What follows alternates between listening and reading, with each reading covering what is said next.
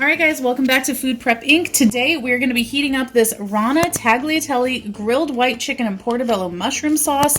We're going to take this out of the bag. Everything that we need is in this microwavable tray. So let's get it all out. Here's our pasta, our chicken, and our sauce. So now we have our tray. What we're going to do is open up our pasta first and spread it all in our tray. Got that in there. Now we are going to shake up our sauce really, really well, and we're going to cut it open and pour it right on top.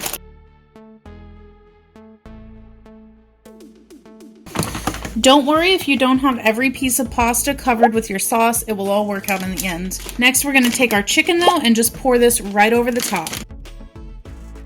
Kind of tamp that down a little bit, and then we're going to take a double layer of paper towels.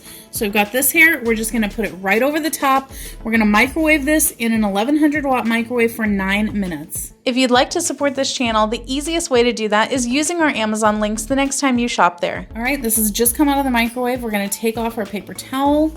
So it looks a little dry on top, but now we're going to see what zhuzhing it up will do. So we're going to take our tongs and just kind of mix everything together.